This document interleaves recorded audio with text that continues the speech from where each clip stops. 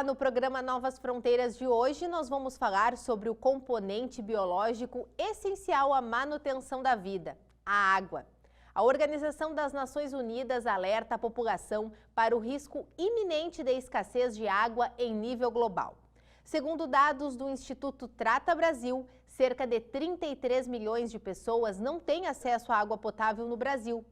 Já uma análise divulgada pela Unicef aponta que a falta de água potável atinge mais crianças negras e indígenas. Esses dados preocupam e levantam questionamentos sobre o futuro das novas gerações. Secas prolongadas, mudanças climáticas drásticas. O mau cuidado com o meio ambiente anuncia uma tragédia com graves consequências que talvez não consigam ser minimizadas e revertidas. Nós recebemos hoje 2 juristas para falar sobre a água e nos ajudar a entender como podemos começar a combater um dos maiores riscos globais em termos de impacto potencial na próxima década. Michele Capuano Irigaray, advogada, integrante do Comitê de Gerenciamento da Bacia do Rio Santa Maria e representante da OAB-RS na Comissão de Direito Ambiental. Seja bem-vinda ao Novas Fronteiras. João Hélio Ferreira Pes, advogado e professor do curso de Direito da Universidade Franciscana. Seja bem-vindo, professor. Eu começo perguntando, então, para a Michele. Michele, os dados, então, que envolvem o Brasil, eles chamam bastante atenção, pois aqui no país a gente abriga dois dos maiores aquíferos, então, do mundo. Com essa informação, que relação a gente pode fazer, então, com essa grande preocupação que a ONU, a Unicef tem em relação à água potável no planeta? Bom dia a todos que nos acompanham aqui no programa Novas Fronteiras. Mesmo que o Brasil detenha 12% da disponibilidade hídrica global, e contando com 2 importantes aquíferos, destacando o Guarani, por ser um aquífero transfronteiriço que estende-se pelos territórios da Argentina, Uruguai, Paraguai e Brasil, estando presente em 8 estados do território brasileiro, assim como do sistema aquífero Grande Amazônia, considerado o maior do mundo e o segundo maior no Brasil. Ele abrange também os estados do Pará, Amapá e Amazonas. Mesmo com esta grande relevância de recursos hídricos, a distribuição ainda é irregular, sendo que 80% desses recursos concentram-se nos estados do norte. E o semiárido ainda enfrenta crises hídricas. E estas crises, elas estão relacionadas à grande demanda por água, à degradação ambiental e mudanças climáticas. Assim, nós ainda contamos com mais de 33 milhões de brasileiros sem acesso à água potável e 104 milhões sem acesso aos serviços de saneamento básico, segundo dados do IBGE. E esses números atingem, sim, um contexto global em que nós ainda estamos com uma estimativa de mais de 3 milhões de pessoas que morrem todos os anos, sendo desse percentual mais de 1 milhão crianças, por doenças relacionadas à água. Estas questões ainda afetam tanto o território brasileiro como o impacto global. E nesse contexto, a ONU, em 2023, realizou uma conferência das Nações Unidas em Nova York para declarar a Década Internacional do Desenvolvimento Sustentável da Água, corroborando com a realização em 92 da Organização das Nações Unidas, da mesma forma, que trouxe o dia 22 de março como um marco para refletirmos sobre estas ações, para termos um programa e ações voltados à água para todos, em consonância com o Objetivo de Desenvolvimento Sustentável da ONU, o Objetivo 6, que traz a perspectiva de uma universalização de acesso até 2030. E, professor João, tem uma PEC, tramitando, então, no Congresso Nacional, que, se aprovada e promulgada, inclui a água na lista de direitos e garantias fundamentais previstos na Constituição Federal. Eu gostaria que o senhor falasse um pouquinho, então, a respeito dessa PEC. Sim, inicialmente minha saudação à professora Michele, a todos que acompanham o programa Novas Fronteiras. Com relação a esse aspecto jurídico relacionado ao tema das águas, nós temos esta PEC tramitando, mas já tivemos outras com o mesmo teor, que é incluir na Constituição a caracterização do direito à água como um direito fundamental. Eu, pessoalmente, penso que é importante que isso seja feito, mas mesmo enquanto nós não tenhamos na Constituição esse dispositivo, essa caracterização textual, eu penso que o direito de acesso à água potável é um direito fundamental, independente de estar na Constituição ou não, até porque nós temos vários direitos fundamentais que são direitos fundamentais implícitos, né, que decorrem da própria interpretação que a gente faz dos demais princípios, dos vários tratados internacionais e de outras normas constitucionais. Então, portanto, colocar na Constituição, penso que é importante. Isso pode facilitar a implementação de políticas públicas pelos municípios, pelos estados, pela própria União, no sentido de fazer com que o direito de acesso à água potável realmente seja efetivo para a maioria da população brasileira, considerando que nós temos essa situação muito preocupante, que é de termos ainda hoje 35 milhões de brasileiros que não têm acesso à água potável. E nesse sentido, para complementar a posição do professor João Hélio, eu gostaria de destacar uma importante pesquisa que foi feita e que hoje está disponível ao acesso de todos que tiverem interesse, complementando a questão de que, sim, nós temos a tramitação atualmente da PEC número 6/2021, que foi aprovada pela Comissão de Justiça e Cidadania da Câmara dos Deputados em 2023, ainda necessita de uma aprovação, tanto por uma comissão especial quanto pelo plenário, para que nós tenhamos, assim, a concretização do papel da Constituição com relação ao acesso à universalização da água potável e ao saneamento básico como um direito humano fundamental social, reconhecido no texto constitucional para ampliação de políticas públicas. E, Michele, eu gostaria que você falasse um pouco mais também dessas questões jurídicas, né, que são pensadas, são feitas, são refletidas, né, para preservar a água. Mas também, além de falar dos direitos da água, eu gostaria que você também falasse dos deveres que a população, que as pessoas também têm, né, que exercer para preservar esse elemento que é tão importante, né, para a sobrevivência de todos. Nesse contexto, nós poderíamos destacar a necessidade da ampliação e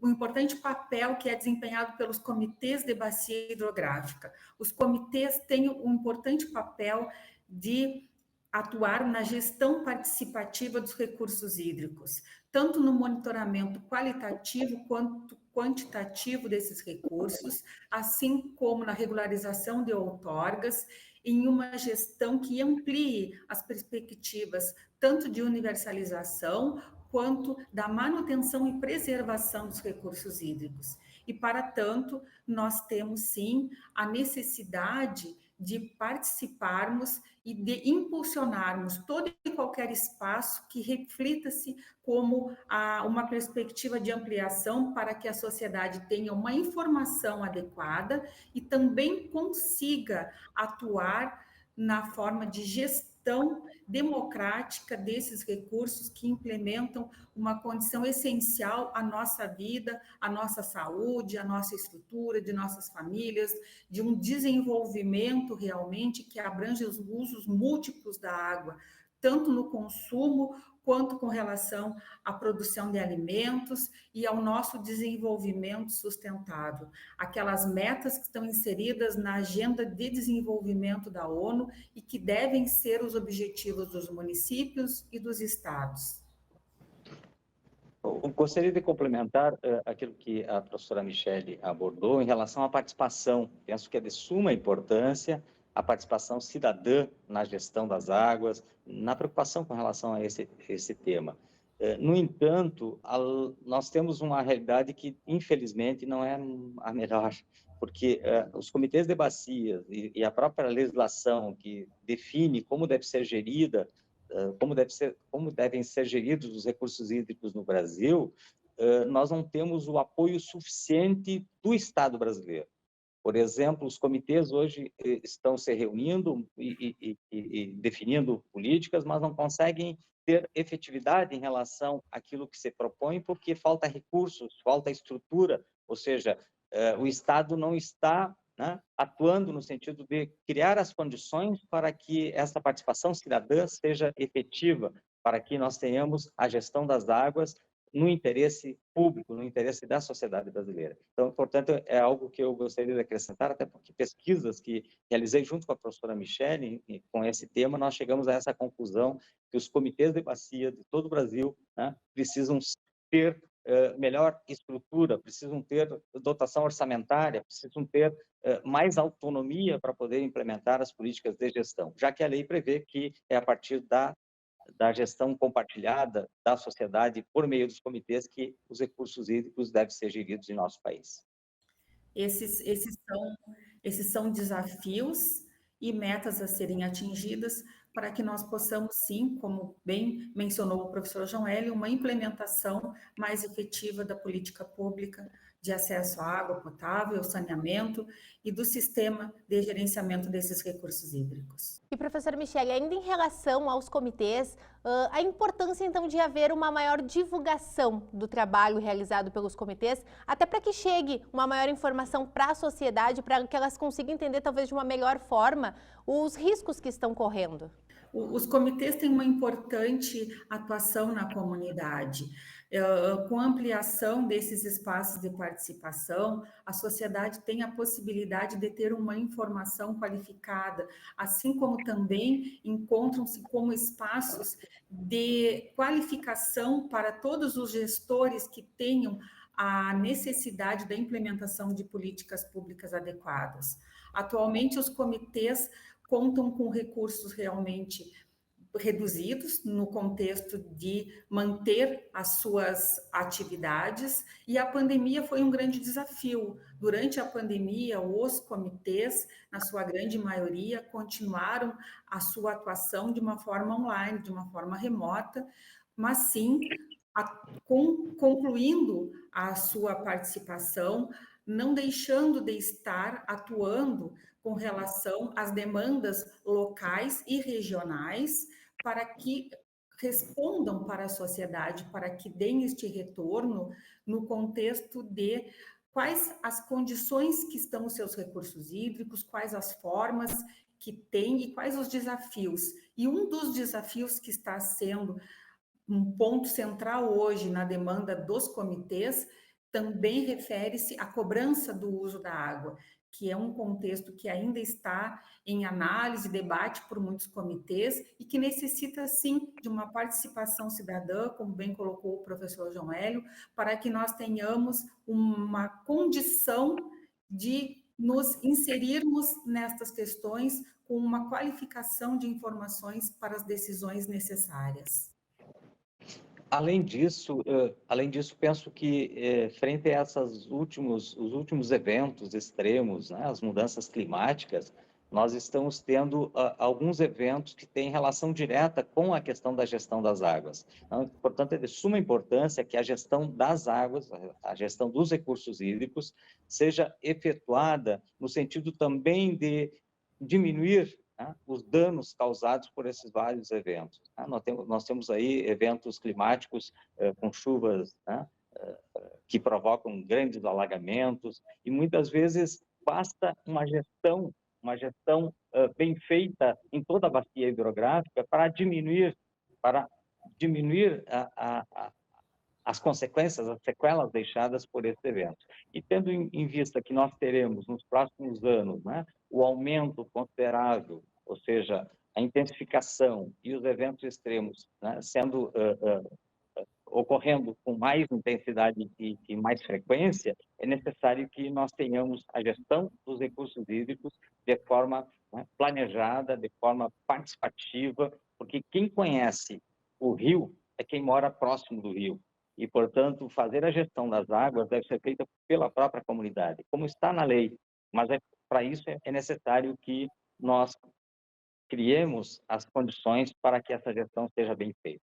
Por isso, tão importante também que essa educação das águas, né, seja inserida desde lá o ensino fundamental. A gente tem aqui na Universidade Franciscana o professor, né, fala também sobre esse assunto com o curso de Direito aqui da universidade, mas que seja trazido desde pequenininhos, né, para que eles consigam também levar para casa e falar com os pais sobre a importância, então, de preservar esse elemento, né, esse bem tão precioso que a gente tem.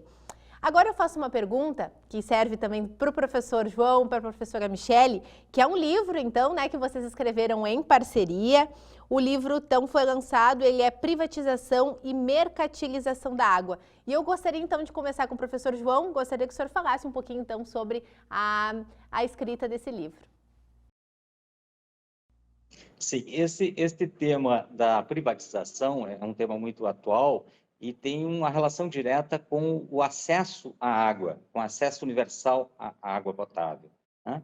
Nós temos vários exemplos no mundo e no livro a gente faz esta pesquisa, apresenta alguns dados de vários lugares do mundo em que ocorreu um processo de privatização e agora está ocorrendo um processo de reestatização, por conta da insuficiência que você tem na prestação do serviço público quando ele é realizado apenas pensando no lucro, né? Este tipo de serviço público, que é de acesso à água potável, é um serviço que deve ser prioritário, e é prioritário, é um serviço essencial, e, portanto, não pode estar, né, à mercê desse interesse que é o lucro. E, portanto, nós temos vários exemplos, né? Países desenvolvidos, cidades importantes como Paris, como Berlim, como aqui próximo, Buenos Aires, né? Cidades que já tiveram essa experiência da privatização e que hoje têm esses serviços públicos porque se demonstrou na prática que é muito mais eficiente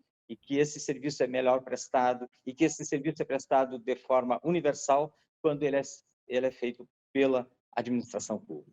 Nós temos também um outro exemplo que é horrível no Brasil.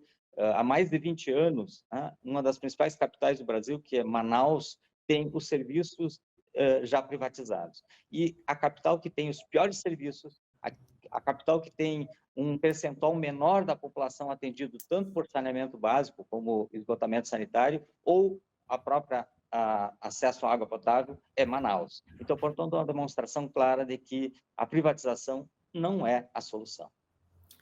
O novo marco do saneamento básico no Brasil, ele traz esta implementação dos desafios. E esse cenário está inserido na Agenda de Desenvolvimento Sustentável da ONU, na Agenda para 2030. Nós estamos em 2024.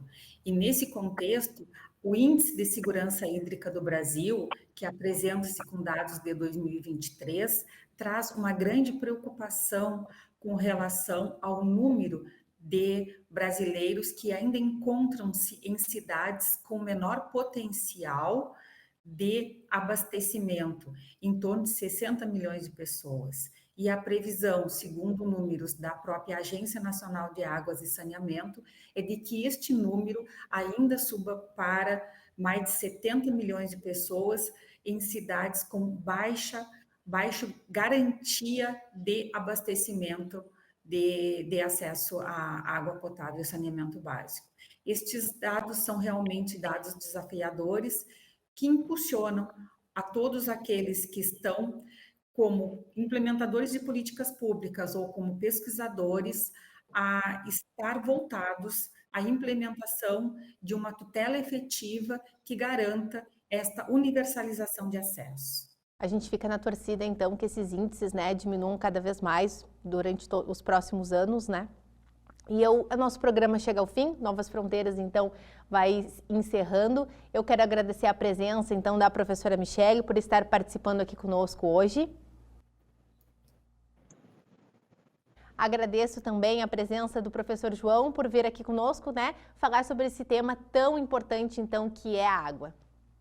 Muito obrigado e estamos sempre à disposição para conversar sobre esse assunto de suma importância, é um assunto que é atual sempre, não é só quando chega o dia da água que esse assunto deve ser discutido. Muito obrigado.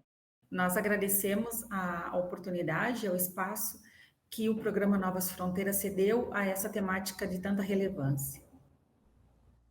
Eu agradeço também você que nos acompanhou de casa. E quem quiser rever o nosso programa pode acessar youtube.com/UFNTV e também nos acompanhar através do Instagram e do Facebook.